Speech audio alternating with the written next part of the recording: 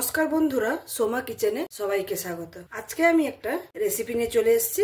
ঝিঙ্গা আর আলু দিয়ে পোস্ত বানিয়ে দেখাবো। তো ভিডিওটা প্রথম থেকে শেষ পর্যন্ত দেখার অনুরোধ রইল। আর যদি ভালো লাগে তাহলে অবশ্যই আমার চ্যানেলটাকে লাইক, শেয়ার, কমেন্ট এবং সাবস্ক্রাইব করে আমার পাশে থাক। আর যারা নতুন বন্ধুরা আমার চ্যানেলটাকে সাবস্ক্রাইব করা নেই, অবশ্যই সাবস্ক্রাইব করে নেবেন। তাহলে চলুন আমি রেসিপিটা এবার শুরু করি। তারপরে আমি যেটা করব, একটা মিক্সিং জার নিয়েছি, এখানে আমি কিছু মশলা বেটে নেব। প্রথমে আমি দিয়ে দেব পোস্তটার জন্য, এখানে আমি 4 মগজ নিয়েছি। 4 মগজ 1.5 চামচের মতন আছে এখানে। তারপরে দিয়ে দেবো সামান্য একটু আদা কুচি, আর আমি এখানে দেব 2 চামচের মতন পোস্ত। এখানে যদি আপনারা 4 মগজ না পান তাহলে সাদা তিলও ব্যবহার করতে পারেন। সাদা তিল দিয়েও করলে খুব সুন্দর হবে। আমি এগুলোকে একটু সামান্য জল দিয়ে মিক্সিতে পেস্ট করে নেব। এখানে দেখুন আমি সমস্ত মশলাটাকে সুন্দরভাবে একটা পেস্ট বানিয়ে নিয়েছি। এটাকে এবার আমি সাইডে রেখে দিয়ে এবার রান্নার কাছে চলে যাব। আমি এখানে গ্যাস জ্বালিয়ে একটা কড়াই বসিয়ে নিয়েছি, আর এখানে আমি পরিমাণ মতন তেল দিয়ে দেব।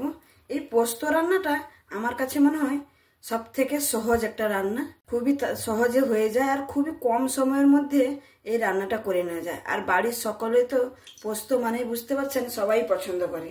এখানে আমি তেল দিয়ে দিয়েছি, তেলটাও আমার গরম হয়ে যাবে। এবার আমি এখানে পোস্ত মানেই কালো জিরে, একটু সামান্য কালো জিরে ফোড়ন দেব। আর আমি দেবো এখানে 4টা চেরা কাঁচা লঙ্কা। কালো জিরে আর লঙ্কাটা আমার ভাজা ভাজা হয়ে গেছে। এখানে আমি 2টো ছোট এলাচ দিয়ে দেবো। আর এখানে অবশ্যই আপনারা তেজপাতা ব্যবহার করতে পারেন। আমার কাছে আছে তেজপাতা নেই বলে আমি দিচ্ছি না। এবার আমি ফোড়নগুলো সব ভাজা হয়ে গেছে। এবার আমি পেঁয়াজ যে কুচিয়ে রেখেছি, পেঁয়াজটা দিয়ে দেবো। অনেকেই পোস্ত রান্না করে পেঁয়াজ ব্যবহার করে না, কিন্তু আমাদের বাড়িতে পোস্ত মানে পেঁয়াজ তো অবশ্যই থাকবে। একবার এরকম বানিয়ে অবশ্যই দেখতে পারেন। আর আমার চ্যানেলটা যদি সাবস্ক্রাইব করা না থাকে এখনো বন্ধুরা, তাহলে অবশ্যই সাবস্ক্রাইব করে নিন। পেঁয়াজটা আমার এখানে ভাজা হয়ে গেছে। এখানে কোনো লাল লাল করে ভাজার দরকার নেই। পোস্ততে সবসময় পেঁয়াজ একটু হালকা এরকম থাকলে, কাঁচা কাঁচা থাকলে খেতে আরও ভালো লাগে। এবার আমি দিয়ে দেব একটা টমেটো। টমেটোগুলোকে আমি এরকম ছোট ছোট করে কেটে নিয়েছি। এখানে টমেটোটা দিয়ে 1-2 বারের মতো নাড়াচাড়া করে নিয়েছি। এবার আমি আলু আর ঝিঙ্গাটা দিয়ে দেব।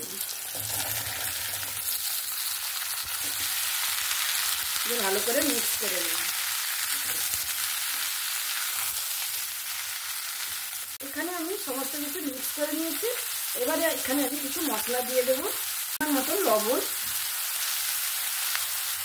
পরিমাণ মতন হলুদ। যেহেতু পোস্ত, হলুদের পরিমাণটা একটু কম দিলেও চলবে। আর আমি এখানে দেবো একটু সামান্য পরিমাণে ঝাল লঙ্কার গুঁড়ো, একটু সামান্য পরিমাণে একটু জিরে গুঁড়ো দিয়ে আবারও ভালো করে মিক্স করে নেব।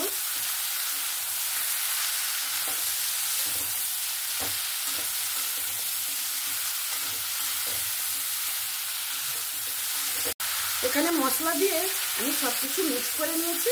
এবার আমি গ্যাসের ফ্লেমটাকে একটু মিডিয়ামে করে দিয়ে আমি একটু ঢাকা দিয়ে দেবো 5 মিনিটের মতো। এখানে আমার 5 মিনিট হয়ে গেছে। আমি এবার ঢাকনাটা খুলে নিচ্ছি। আবারও আমি নাড়াচাড়া করে নেব।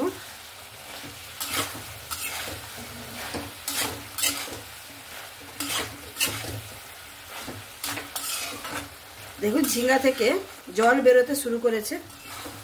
তাহলে বন্ধুরা, আমার এই রেসিপিটি এতক্ষণ পর্যন্ত যদি আপনাদের ভালো লেগে থাকে, অবশ্যই লাইক, শেয়ার, কমেন্ট এবং সাবস্ক্রাইব করে আমার পাশে থাকবেন। আর যদি খুব ভালো লাগে তাহলে বন্ধু বান্ধব, আত্মীয় স্বজনদের সঙ্গেও শেয়ার করার অনুরোধ রইল। এবার আমার এটা আবারও আমি 5 মিনিট ঢাকা দিয়ে দেব।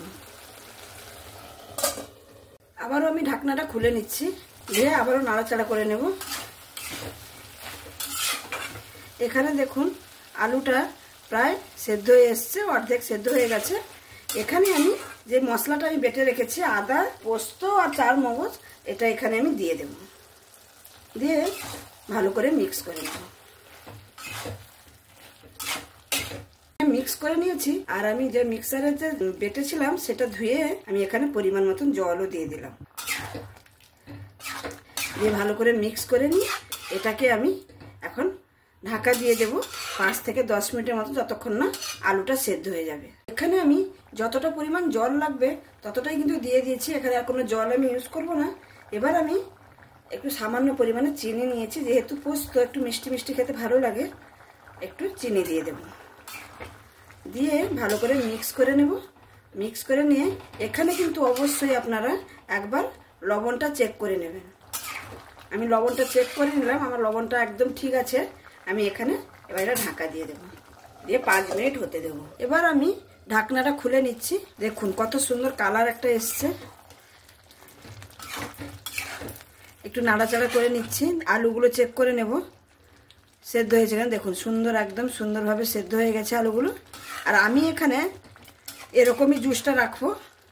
পোস্ত একদম শুকনো শুকনো আমাদের বাড়ি কেউই পছন্দ করে না, এর জন্য আমি একটু একটু করে গ্রেভি রেখেছি। আমার এটা রান্না হয়ে গেছে। এখানে নামানোর আগে আমি একটু সামান্য একটু সরষের তেল দিয়ে নামিয়ে নেব। পোস্ততে উপর থেকে একটু সরষের তেল দিলে এর স্বাদটা কিন্তু দ্বিগুণ হয়ে যায়। আমার রান্নাটা কমপ্লিট। এবার আমি পরিবেশন করে দেখাচ্ছি।